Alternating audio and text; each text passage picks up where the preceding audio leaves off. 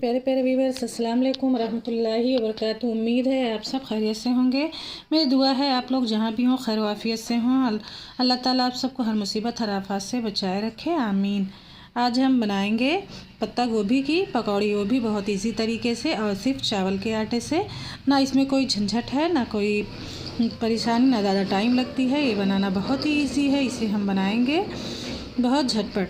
तो इसके लिए मैं पहले से पत्ते गोभी को कट कर ली हूँ। तो इस तरह से बारीक बारीक कट कर लें। और चावल का आटा एक प्याली लेंगे और इसमें से ज़रूरत भर इस्तेमाल करेंगे। बिस्मिल्लाहिर्रहमानिर्रहीम। तो मैं इसको डाल दूँगी एक बर्तन में, जिसमें बनाना हो उस बर्तन में आप डाल लें। अब इसमें हम डालेंगे चावल के आटे को। चावल का आटा मैं पूरा नहीं इस्तेमाल करूँगी, एक प्याली है, इसमें थोड़ा थोड़ा डालती और मिक्स करती जाऊँगी। जितनी ज़रूरत होगी उतना ही इसमें मैं ऐड करूँगी। अब इसमें हम डालेंगे चिल्ली फ्लेक्स। वैसे तीखा आप जितना पसंद करती हूँ इस तरह उस हिसाब से रेड चिल्ली पाउडर ले लें। और मैं ये कलर के लिए यूज़ कर रही हूँ कश्मीरी लाल मिर्च। आप चाहें तो थोड़ा सा कलर भी यूज़ कर लें। और ये है 2 चम्मच छोटे चम्मच से ज़ीरा पाउडर।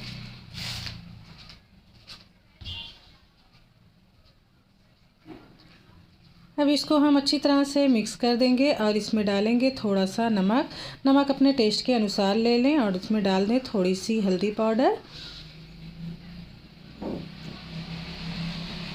और ये है कलर आपका दिल चाहे डालें या ना डालें, मर्ज़ी आपकी। तो इसे हम अच्छी तरह से मिक्स कर लेंगे और फिर इसमें थोड़ा थोड़ा पानी डालते हुए मिक्स करेंगे।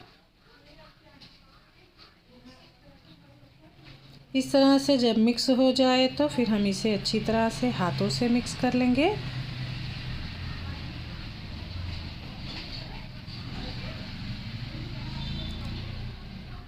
और पानी थोड़ा थोड़ा ही डालें ताकि ये अच्छे से फिट जाए। और अगर कम लगे तो थोड़ा सा और डाल लें।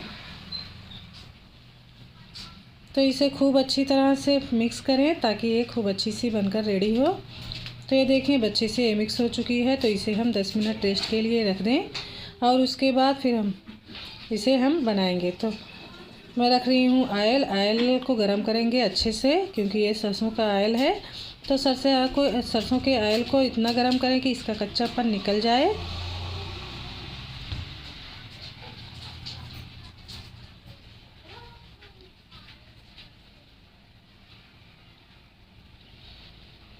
और जब इसमें धुआं उठने लगे तो इसमें हम डाल देंगे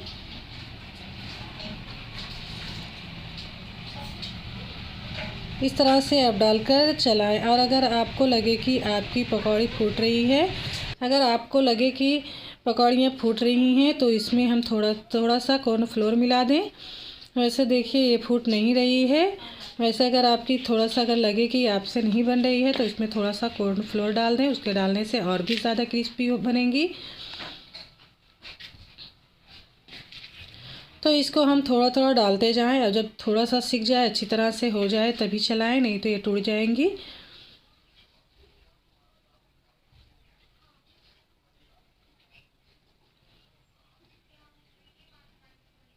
गैस को मीडियम कर देंगे और इसे हम चलाएंगे।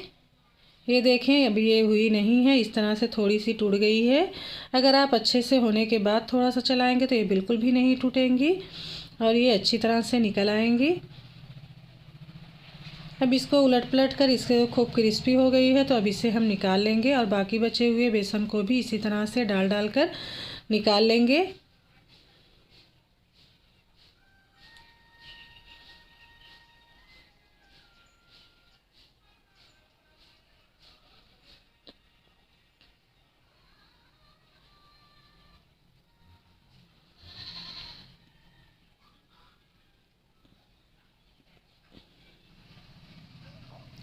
तो ये देखें अब ये रेडी है।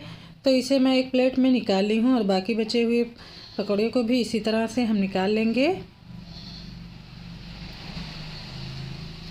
तो ये देखें बाकी बचे हुए पकौड़े को भी मैं निकाल ली हूँ। तो अब इसमें हम बाकी बचे हुए बेसन को फिर से थोड़ा थोड़ा करके इसी तरह से डाल देंगे।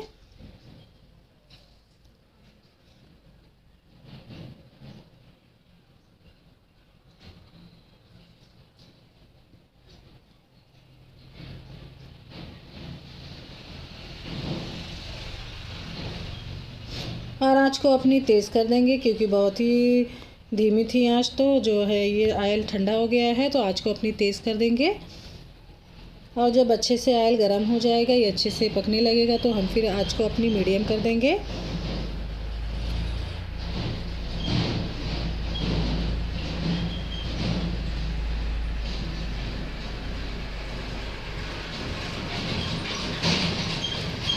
इसको भी हम इस तरह से खूब अच्छी तरह से चलाते हुए पका लेंगे ताकि ये खूब अच्छी से क्रिस्पी हो जाए।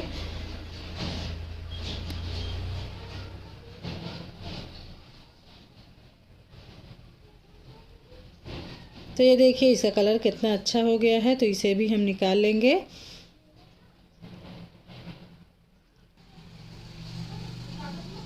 तो ये सारी बनकर रेडी हो गई है तो हम इसे निकाल लेंगे। अब ये इंजॉय करने के लिए रेडी है, तो इसे आप चटनी के साथ इंजॉय कर सकते हैं। और अगर आपको अगर वीडियो अच्छी लगे तो लाइक करना, शेयर करना ना भूलें। और अगर मेरे चैनल पर नए हैं तो प्लीज़ मेरे चैनल को सब्सक्राइब करना ना भूलें और बेल आइकन को प्रेस करना ना भूलें ताकि मेरी हर आने वाली वीडियो की नोटिफिकेशन आपको मिलती रहे। हम मिलेंगे अगली वीडियो में एक दूसरी रेसिपी के साथ। दुआओं में याद रखिएगा। अल्लाह हाफिज़।